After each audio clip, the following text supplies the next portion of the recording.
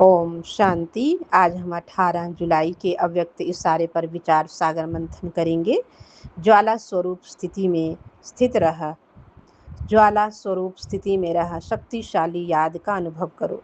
समय प्रमाण अब सर्व ब्राह्मण आत्माओं को समीप लाते हुए ज्वाला स्वरूप का वायुमंडल बनाने की सेवा करनी है ना। तो बाबा कह रहे हैं कि टाइम जैसे अब आ गया है, टाइम समय प्रमाण, तो समय आ चुका है।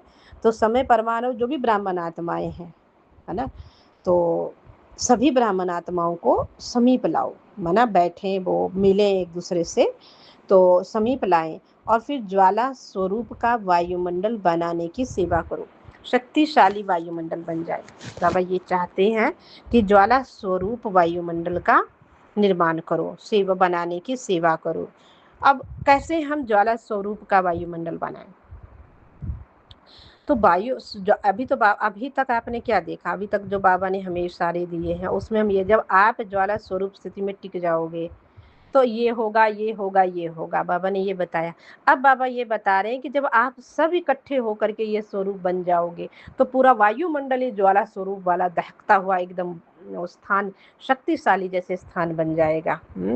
तो बाबा कहते हैं कि समय प्रमाण अब सर्व ब्राह्मण आत्माओं को समीप लाते हुए ज्वाला स्वरूप का वायुमंडल बनाने की सेवा करो। तो अब क्या है, ज्वाला स्वरूप का वायुमंडल पे बाबा आ गए हैं।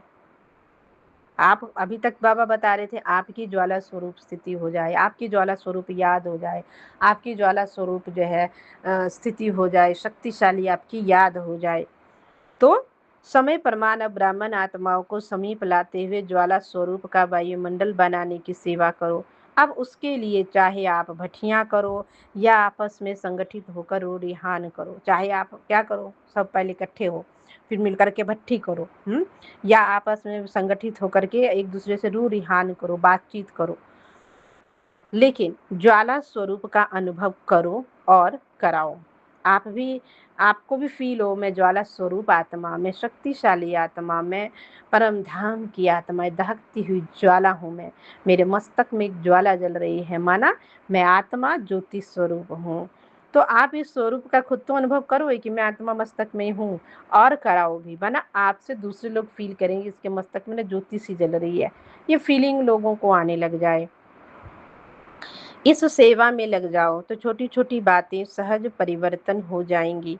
जब आप ये वाली सेवा करने लग जाओगे, कौन सी सेवा बाबा कह रहे हैं, कौन सी सेवा कह रहे हैं कि आप वायुमंडल बनाओ, ज्वाला स्वरूप का वायुमंडल, पूरा वायुमंडल ही ज्वाला स्वरूप। मान ले किसी सेंटर में हम गए, वहां का तो वायुमंडल, बाप रे कितना शक्तिशाली था, वहां तो सर्व व्यर्थ संकल्प ही खत्म हो गई, ऐसी फीलिंग आ जाए, है ना, कि आपके अंदर एंटर होते हुए भी ऐसा लगे जैसे ना बाहर बहुत गर्मी होती है और एसी वाले रूम में हम एंटर कर जाएं, का राहत मिलती है। ऐसे बाहर बहुत ठंड होती है और वार्म वाले रूम में जहाँ ब्लोअर चल रहा हो वहाँ हम एंटर कर जाएं।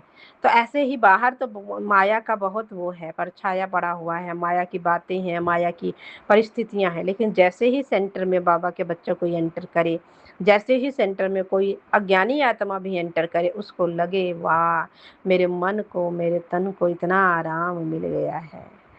हाँ, तो मतलब ऐसा वायुमंडल का बाबा निर्माण करने की बात कर रहे हैं, ज्वाला स्वरूप का वायुमंडल।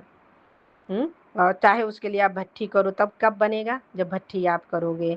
कब बनेगा, जब आपस में संगठित होकर के आप एक दूसरे से बातचीत करोगे, रू रिहान करोगे, लेकिन ज्वाला स्वरूप का अनुभव करो और कराओ।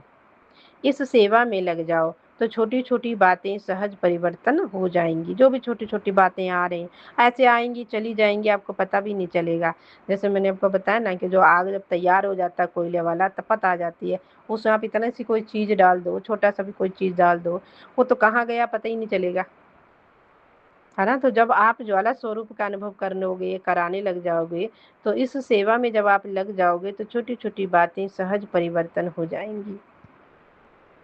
तो समय प्रमाण अब सर्व ब्राह्मण आत्माओं को क्या करना है, बाबा ने होमवर्क दिया हम सबको कि ज्वाला स्वरूप का वायुमंडल बनाना है।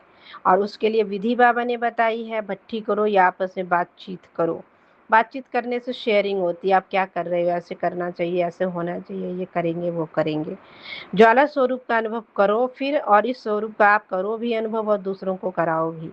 इस सेवा में अगर लग जाते हो तो जो भी छोटी-छोटी बातें होती हैं, इसने मुझे ये कह दिया, उसने मुझे ये कह दिया, वो मुझे मान नहीं देती, वो मुझे स्नेह नहीं देती, वो मुझे प्यार नहीं देती, वो मुझे सम्मान नहीं देती। ये सारी छोटी-छोटी जो बातें हैं कहाँ चली जाएँगी, आपको भस्म हो जाएँगी, क्योंकि आपका स्वरूप ज्वाला स्वरूप है, आप पे कोई इफ़ेक्ट नहीं डालेंगे, भस्म हो जाएँगी वो। तो हमें ऐसा बनना है। कैसा बनना है? ज्वाला स्वरूप वाला बनना है, और मेरे से लोगों को अनुभव हो, ज्वाला स्वरूप का मेरे से लोगों को अनुभव हो, है ना? वो अनुभव करें, है ना?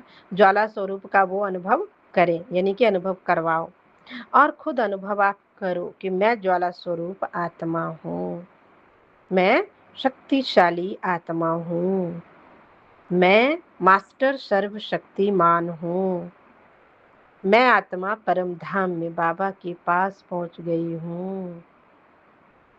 एकदम बाबा महाज्योति, मैं ज्योति, ज्वाला देवी जैसे मैं बन गई हूँ। तो ऐसे सम्मान के साथ आगे बढ़ते रहें, और जल्द ही ऐसा होगा कि जो चाहेंगे ज्वाला स्वरूप के द्वारा वायुमंडल बनाने की सेवा करना, क्योंकि ना पता है क्या, अगर आप ये वायुमंडल बनाते हैं तो ये वायुमंडल बनाने की सेवा होती है। आपने वायुमंडल बनाया, मान लें 2 आत्माएँ, 4 आत्माएँ, 10 आत्माएँ, 20 आत्माएँ ऐसी हैं जो ज्वाला स्वरूप का ग्रुप उन्होंने बना रखा है, ठीक है? तो उन्होंने जो है बहुत अच्छा वो योग करते हैं, बाबा को याद करते हैं, छोटी-छोटी बातों पर ध्यान नहीं देते हैं, है ना? तो जो है, तो जो ब्राह्मण आत्माओं ने मिल कर के जो है वायुमंडल, ज्वाला स्वरूप का वायुमंडल बनाया। तो वो एक सेवा है। बाबा कहते हैं कि ये एक सेवा है।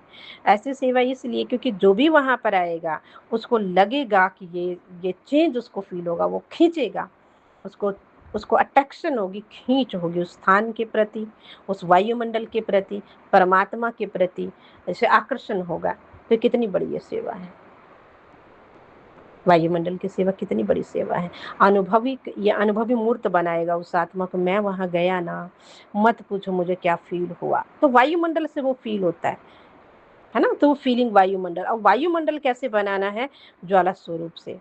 तो आप फ़ील भी करो, कराओ भी, और ऐसा करने के लिए आप भट्ठी रखो, रूढ़िहान करो, ठीक है? तो जब आप ये सेवा में आप लग जाओगे ना कि मुझे ये वाली सेवा करनी है, तो बातों का पता ही नहीं कहाँ गई, कहाँ आई। ठीक ऐसा हमें करना है। ओम शांति।